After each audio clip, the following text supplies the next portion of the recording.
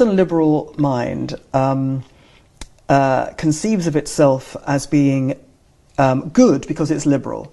The Western liberal tells him or herself, I'm a good person because I'm liberal, and I'm liberal because I'm a good person, which means that I believe in things like the brotherhood of man, conscience and compassion, looking after the wretched of the world, the poor and the wretched of the world, standing up against abuses of power. These are all good things, and that's why I'm a liberal. And I'm a liberal because of all these good things. So, one of the expressions of my goodness and my liberalism is that I support the Palestinian Arabs, who I think are an oppressed people, and they are oppressed by the Israelis, who have taken their land away from them, and they are oppressing them. Now, every part of that, in my view, is a lie. But put that to one side. This is what the liberal progressive thinks. And the liberal progressive thinks that supporting the Palestinians is therefore something that makes the liberal progressive a good person.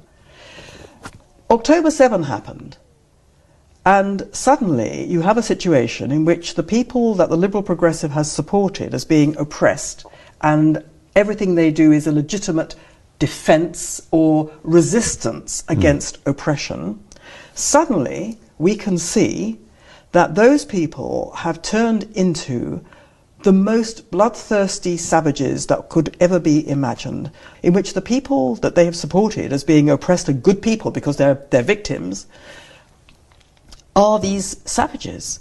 And the people they have represented as oppressors are the victims. They can't have that. Because if they have that, if they admit that that is the case, then their entire worldview is shattered, because the people, you know, the cause they have supported as representing goodness is shown to be evil. And what does that make them? It makes them evil. So they can't have it. So what do? They go to extraordinary lengths to pretend that black is white, that justice is injustice, that oppression is resistance, and vice versa. So they have to represent the Israelis as being at fault.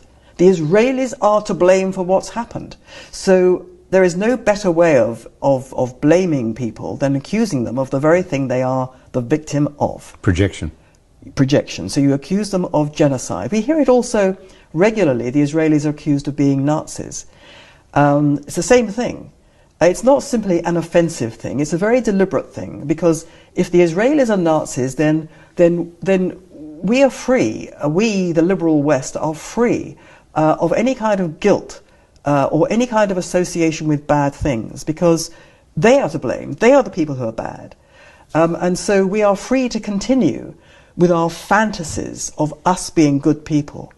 And I think that's also what lay behind these amazing scenes that we saw on social media of people with their hands tearing down the posters of the hostages. Now you have to ask yourself, what's going through the mind of someone like that? These weren't posters advertising Israel. They weren't advertising the Israeli Defense Forces. They were pictures of babies, of children, of women who had been kidnapped by bloodthirsty monsters, by savage, depraved savages, and were being almost certainly subjected to untold horrors. And yet they were torn down, and the faces of the people tearing them down were contorted very often with rage and hate. And you have to ask yourself, what's going on in the mind of that person?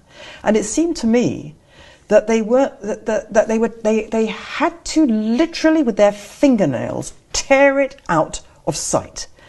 It was something that could not be tolerated to be in existence at all. The very concept of the Israeli babies and children as victims of the people they had been supporting, because it contradicted the narrative on which they had hung their own moral worth.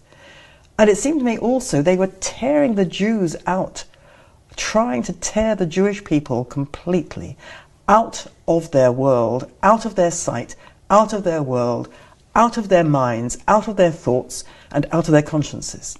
That's to me what it represented. And this whole inversion of genocide thing is part of that. It is not just disgusting. It is not just ridiculous. It's evil. And I think it is a symptom of the evil paths into which the West has fallen through its embrace of a whole range of ideologies, a whole range of thinking, which I think has come to define what we call the liberal progressive West.